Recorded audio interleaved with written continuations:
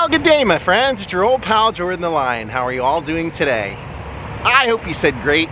I'm doing great. Today we're going to be going to a grave site and we're going to be visiting a very controversial figure. This man was really well known in the 90s because he was basically all over the news. At first for helping people to end their lives, people that had terminal illnesses, and then once laws were put into place trying to stop him, he would blatantly go out and do it again and film it and ended up in jail. We're talking about Dr. Jack Kevorkian. Daze with Jordan the Lion and you all. It begins right now.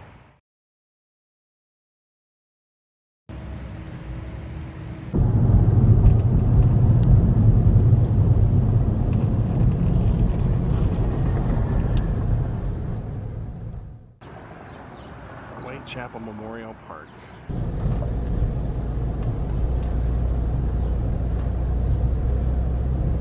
So from photographs, it looks like as soon as you drive in, you make a right, come down to the first curve, and he's right by this bench, I think.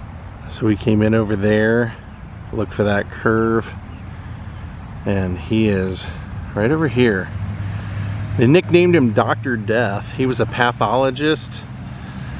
He had gotten his degree from University of Michigan, and he was a doctor here in Michigan who basically what he did was he started championing euthanasia, human euthanasia, for terminally ill patients, people with Lou Gehrig disease or anything terminal that was having them suffering. He took it as his plight to help relieve their suffering by assisting them in unaliving themselves. He basically had built a machine that with one push of the button they could do it themselves, and it says he sacrificed himself for everyone's right. That's the way he kind of saw it eventually, because he would be charged for 5 people's death, but he would actually say, and his lawyer Jeffrey Feiger would say later on, that he had participated in hundreds. He didn't see anything wrong with this. In fact, he felt like this was anything that an enlightened society would understand. Anything in pain, you help relieve the pain. And so what he would do is people would come to him that were had been living with pain for so long, many times with their family, that he would film them talking about their pain and talking about or putting on record that they did not want to be alive any longer. So what ended up actually happening was he was charged for 4 deaths. People started calling him, a homicidal killer, but for all 4 of those he was actually acquitted, and his defense was that there was no law saying that you couldn't take your own life, and that he was assisting people in doing that, but he wasn't actually the one pushing the button. But he actually did feel like he should be able to, and so he was acquitted all 4 of those times because there was no law on the books at the time stating that that you couldn't do this. And so then they did make a law, and he almost immediately assisted someone, except he filmed the whole process. He filmed them talking about their pain, and then he actually got them, basically to say that this is what they wanted. And then in the video he said, can you wait a month? Do you want to think about it? And the guy says, no, I don't. And he says, well, can you wait a week? The guy says, yeah, I think I can wait a week. And then the next night, the man's brother called him and said he's in so much pain, he's afraid he's gonna choke to death. He doesn't want to go that way. And so even though the law was changed, Jack decided to put on film him actually doing that. And then he was prosecuted for that.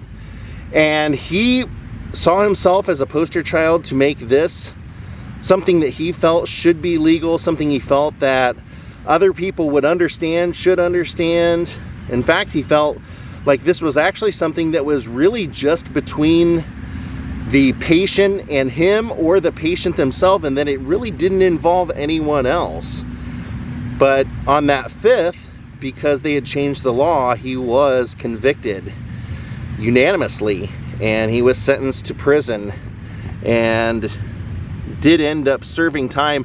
I remember when he was in prison, he did a hunger strike. I mean, he really did believe in what he was doing. He felt that this was a cause that was long overdue, and he felt like, even though he knew filming it was gonna get him in trouble, he just felt like, hey, this cause needs a poster boy, and I'm gonna be the poster boy to get it the attention that it needs, even if I have to serve out the rest of my life in jail. And he ended up serving 8 years before he was finally released. But many of the family of his patients would say he did them a great service, that their family member was a fighter, and this person had fought so long that they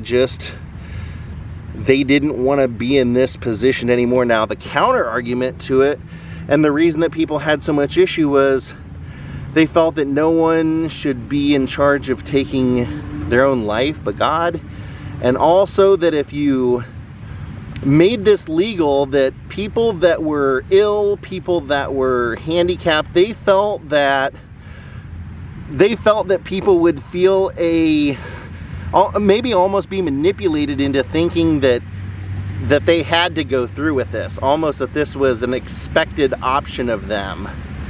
They did eventually make it so that you couldn't really do an assisted death here, but what they did allow was for doctors to prescribe painkillers, and in some cases enough of, an exorbitant enough of painkillers that would actually accomplish the goal of the patient. But for many, many years, Jack Kevorkian was the butt of jokes on TV, and he was fighting for a cause that, he kind of likened it. He said, I remember one time he said, if you have an animal that's sick, you put it out of its misery, and this is the same thing. The misery that a human can feel is torture, and that was his stance throughout it all. Dr. Kevorkian ended up dying. He had liver cancer and been diagnosed with liver cancer and been battling that for a while, but he ended up dying of thrombosis. Not far from here, actually, in Royal Oak. Kind of expected him to pass away in prison because, like I said, he for a long time was on a hunger strike. They were having to force him to eat, I think doing like injections. But 1928 to 2011, Dr. Death, poster boy for human euthanasia. He went down, or will go down, as being the grandfather of the right to die movement. So when he went to jail, he was convicted of second-degree murder, and they had sentenced him to 10 to 25 years, but they paroled him on good behavior after 8, on the condition that he would not participate or offer any advice or be involved in any kind of voluntary euthanasia or anything like that. Well, my friends, thank you for watching. I know that's a very sensitive subject, a very touchy subject for a lot of people. I know a lot of people in my own personal life that have, battled the same thing I was mentioning about, just seeing family members go through it. And so I can definitely understand the argument for both sides. So rest in peace, Dr. Kevorkian. Thank you for watching, and we will see you all on the next vlog. Have a great night, and goodbye.